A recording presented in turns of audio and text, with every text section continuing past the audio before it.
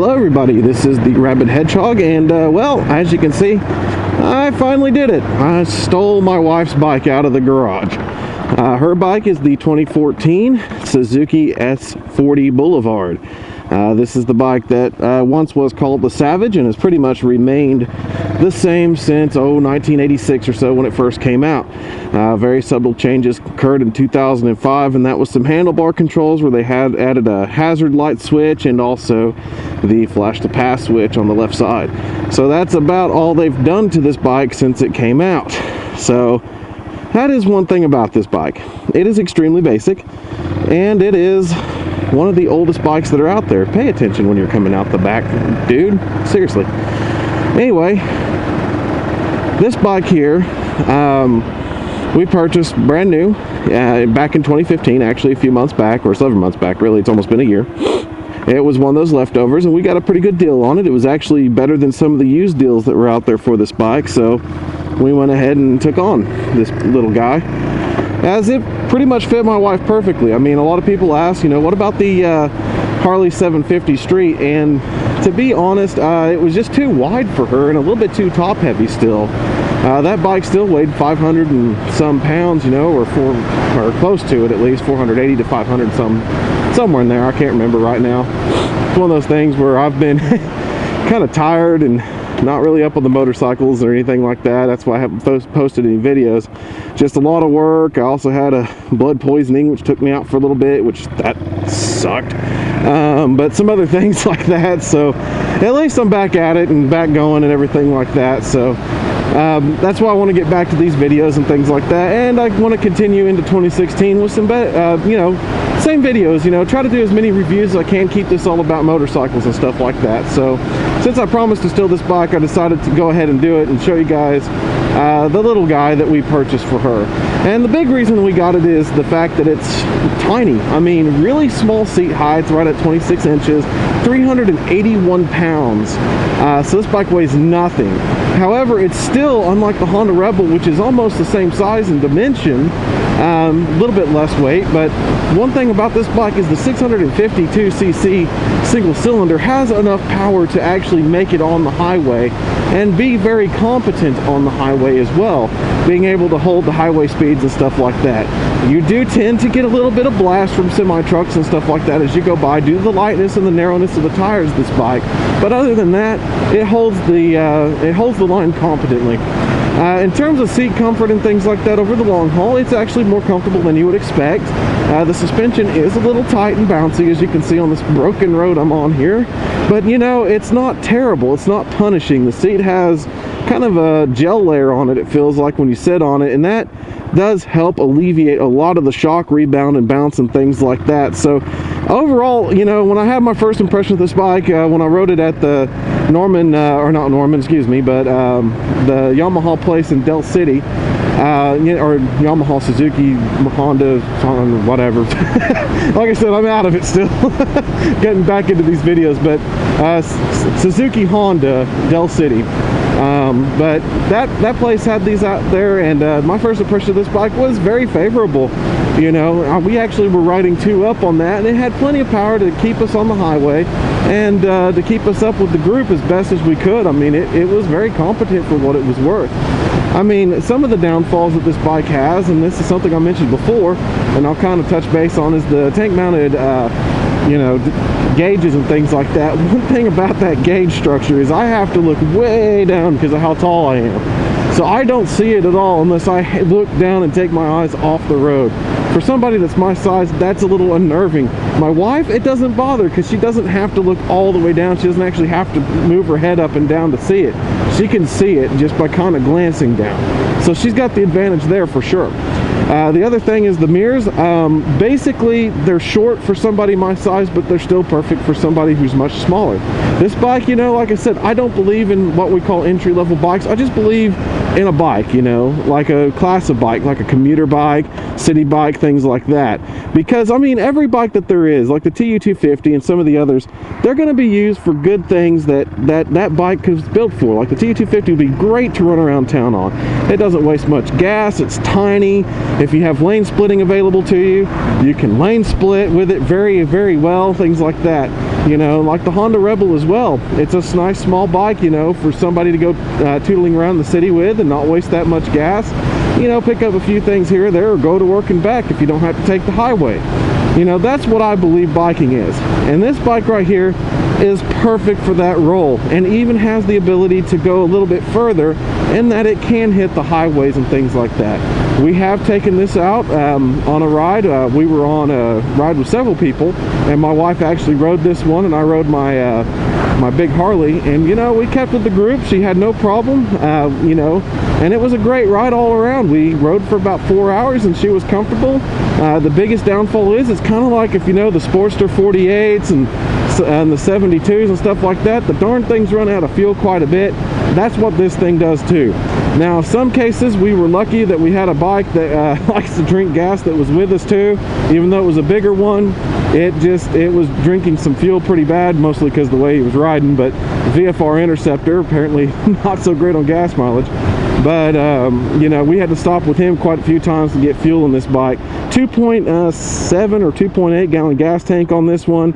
It is carbureted, so you do have the flip over to reserve if you start to run low. That usually goes to about 110 to 124 miles before you do switch it to the reserve. Your reserve is probably at best 30 miles, so when you switch it to reserve, be mindful to get to the gas station as quick as possible. That way you are for sure not going to run out. And always remember to turn it back to primary whenever you get out there. There was one failure my wife did where she ran out permanently because she didn't realize she was stuck on reserve. So, you know, just remember that when you're on a bike like this. You know, this is a carbureted bike like I just mentioned, and right now it's in the 30s right now in terms of temperature. And to be honest, this bike right here is nowhere near as hard to start as the KLR was in the cold. This bike actually does very well for being able to start. Another thing is this bike actually, because I don't really ride it that much, because I'm not particular about its size or anything like that, but I do ride it to kind of keep it going. I haven't rode this one in a week and a half, and I don't have a trickle charge lead on it just yet. So it has not been trickle charged, and all I've done was switch it to the, you know, pretty much non-riding position on the fuel tank, switched it back over to, you know, run, and just gave it a couple of twists of the handle when I started. It fired right up even after a week and a half of sitting still. So, you know, this bike is going to be reliable for you. It's going to start up almost every time. I mean, I probably have to wait a few more weeks for it to actually give out. One thing you'll do with this bike quite often is seemingly it likes to rattle its adjustment out on the idle. So whenever you're riding around, you do rattle out a little bit, and well, you know, you got to adjust that every once in a while, but it's not bad or anything that's trifling or anything. When you're doing the maintenance on this bike, just be mindful that it is an older type bike. You do have to do the valve lash on it. It's not terrible to do, really easy to get. You can go pick you up some filler gauges at Lowe's or Home Depot or places like that for around $10 for multiple blades and sizes and things like that. And then it's real easy to get in there and actually do the valve lash adjustments. There's just a nut and a screw on those parts, and then all you got to do is put it in there after it's top dead center. It's cold down. You make sure it's, whenever you're doing these valve lashes, make sure your bike hasn't moved for at least 12 hours. That way the engine is nice and cold, and then you get in there, top dead center it, and then you do the adjustments and everything like that if so required. Real easy, real simple to do. Easy to get the gas tank off of this thing for adjustments and things like that, so you can pull the valve covers off so you can get in there. So overall, I mean, this bike, I mean, the reason it hasn't been touched since the 80s is because it's darn near perfect for what it was designed for. I mean, it's a wonderful bike in all said. And I love riding around on it the little I do. I mean, like I said, I'm not going to be a long hauler on it because it's just too small for me to be comfortable over a long distance. But when I'm doing like little things like here in the city and stuff like that, it's a wonderful little bike to play around with. I mean, it gets around town just fine, gets through traffic without issues. I can still get, you know, between point A and B. It turns much sharper than my Harley, of course. So, you know, overall, great little bike, you know, for anybody that wants one. I'm still going to recommend this bike to you guys. Like I said on my first round, it's just so simple and so wonderful and so pure that it's just like riding back in the old days whenever these things were just pretty much a bike, an engine, and a couple of electronics running it. No computers, no things that get in the way or anything like that, like the modern bikes have. It's just pure simplicity, and it's lovely. So that's my final thoughts on the S40 after I stole it from my wife. Like I said, I wanted to do that so I could kind of let you guys know what we think of it now. So just the first impression. We've had it for 1,955 miles now. So, you know, we've got some good riding distance on it. I haven't put that much on it. My wife put most of that on it. And like I said, once it hit winter, it kind of got parked. The Harley's not parked. I ride all year round, so I don't care.